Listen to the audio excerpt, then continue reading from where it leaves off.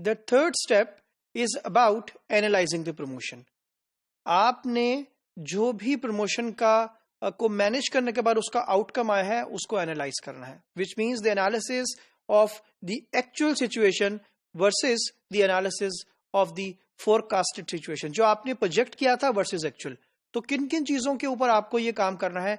आपको सेल्स को चेक करना है, आपने सेल्स का एनालिसिस करना है, आपने स्टॉक्स का एनालिसिस करना है, आपने कस्टमर फुटफॉल का एनालिसिस करना है, आपने अब इनवॉइसिंग का एनालिसिस करना है, आपने इनवॉइस साइज का एनालिसिस करना है। सो वो तमाम कंट्रीब्यूटर्स, वो तमाम एट्रीब्यूट्स के जिससे एक रिटेलर ये अपना ऑब्जेक्टिव सेट करता है कि मुझे ये सारे ऑब्जेक्टिव्स को फुलफिल करना है ट्रांजैक्शन को, प्रमोशन को स्टार्ट करने से पहले, ट्रांजैक्शन को मैच्योर होने से पहले।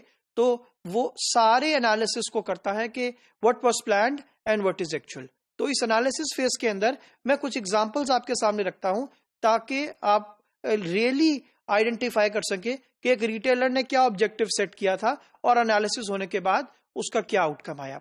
तो सबसे पहले अगर हम बात करते हैं, सो पहला ऑब्जेक्टिव हमने कहा डिसाइड किया था प्रमोशन के अंदर कि रिटेलर का जो फर्स्ट ऑब्जेक्टिव एक प्रमोशन से है वो होता है जनरेटिंग फ्रीक्वेंसी। ऑब्जेक्टिव ये होता है कि आप ट्रैफिक बिल्ड कर सके स्टोर के अंदर। तो आप एनालिसिस करेंगे कि क्या इस ड्यूरेशन के अंदर जो कि मेरे पास अभी प्रमोशन हुई है, इस प्रमोशन पीरियड के अंदर क्या मैं I was able to generate traffic.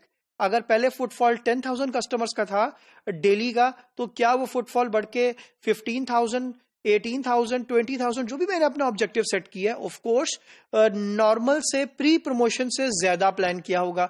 सो मुझे उसको एनालाइज करना है कि क्या मेरा objective of traffic building fulfil हुआ है कि नहीं हुआ, क्या मैं कस्टमर को सक्सेसफुली स्टोर के अंदर लाने में कामयाब हुआ हूं या नहीं हुआ। तो पहला ऑब्जेक्टिव कि आपका एनालिसिस ये करना है रिगार्डिंग दी ट्रैफिक बिल्डिंग।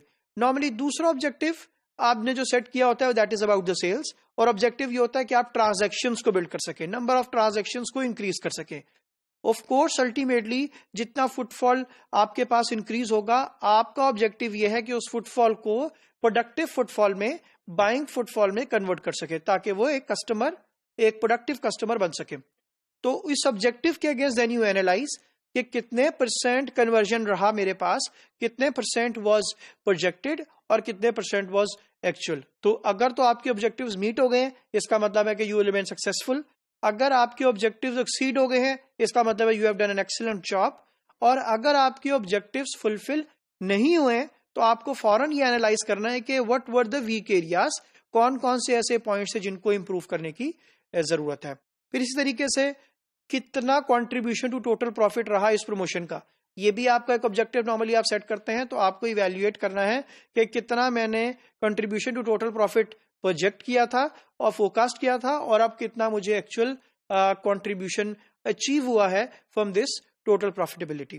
फिर then you need to show width and depth of the range, क्योंकि आपने एक ऑब्जेक्टिव ये भी सेट किया है कि मुझे कस्टमर को रेंज सेलिंग का कस्टमर को बताना है कि मेरे पास विड्थ और डेप्थ ऑफ द असॉर्टमेंट है।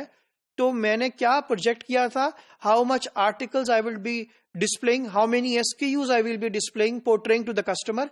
तो क्या मैं ये ऑब्जेक्टिव अचीव करने में कामयाब रहा एज ए रिटेलर?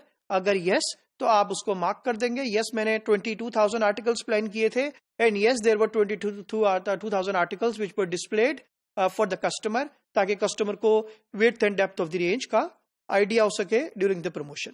इसी तरीके से हमने अपने प्रोफेशनल इमेज को इंप्रूव करने की बात की थी, तो ये एक ऑब्जेक्टिव सेट किया था। तो इस ऑब्जेक्टिव के अगेंस्ट मुझे क्या इवैल्यूएट करना है कि क्या वाकई मैं कस्टमर फीडबैक के थ्रू अपने इमेज को इंप्रूव करने में कामयाब रहा। कस्टमर इमेज, क्या कस्टमर का perception about the retail store positive हुआ? अगर पॉजिटिव नहीं हुआ तो मुझे कुछ और स्टेप्स लेने हैं, अगर पॉजिटिव हुआ तो मैं उस स्टैंडर्ड को और बेहतर करने की कोशिश करूंगा। फिर मुझे कस्टमर की लॉयल्टी को इंक्रीज करना है, एक ऑब्जेक्टिव सेट किया था।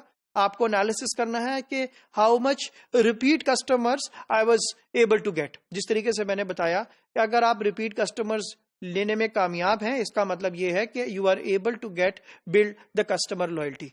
या अगर आप कस्टमर की बास्केट साइज भी इंक्रीज करने के ऊपर आपने कर लिया, इसका मतलब है customer is ready to spend more with you. अगर ऐसा है, इसका मतलब यह है कि आपके ऑब्जेक्टिव, आपका ये ऑब्जेक्टिव फुलफिल हो जाता है। फिर आपका ऑब्जेक्टिव ये भी सेट किया जाता है कि आपने अट्रैक्ट करना है न्यू कस्टमर्स को।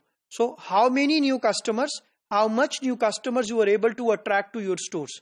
कितने कस्टमर ऐसे थे, कौन से कस्टमर ऐसे थे जो फर्स्ट टाइम इस प्रमोशन के अंदर आपके स्टोर के अंदर आए। तो इसके ऊपर भी आपने कुछ ऑब्जेक्टिव सेट किया था और उस ऑब्जेक्टिव के अगेंस्ट एक्चुअली क्या हुआ ये आपने यहां पर मेंशन करना है एनालिसिस के स्टेप के अंदर। और लास्ट पार्ट के additional demand of these articles और सर्विसेज इन द फ्यूचर, कि कौन कौन से ऐसे SKUs हैं, कौन कौन से ऐसे आर्टिकल्स हैं, कौन कौन सी ऐसी सर्विसेज हैं जिनको कस्टमर ने बहुत अप्रिशिएट किया है, बहुत इंकरेज किया है, and customer wants to see them in future as well. तो कौन सी ऐसी चीजें हैं, आपको उसको इवेल्युएट करना है, उसको एनालाइज करना है। एनालिसिस के अंदर किसकी रिपीट परचेज थी, किसकी सबसे ज्यादा सेल थी और क्यों सेल थी, और सर्विसेज में कौन सी सर्विसेज वेल अप्रिशिएटेड थी। आपने इंस्टॉलेशन ऑफर की, कस्टमर को बहुत पसंद आई। आपने फ्री इंस्टॉलेशन ऑफर की, कस्टमर ने बहुत अप्रिशिएट किया। आपने on top free delivery offer कर दी and the customer was feeling gratified, customer feeling कि उसकी एक्सपेक्टेशंस को एक्सीड कर दिया गया है। तो अगर ऐसा है, आपकी ऑब्जेक्टिव फुलफिल हो गए हैं। और अगर ऐसा नहीं है, इसका मतलब यह है कि you need to rethink, reconsider, reevaluate on the basis of the analysis and improve the promotional situation.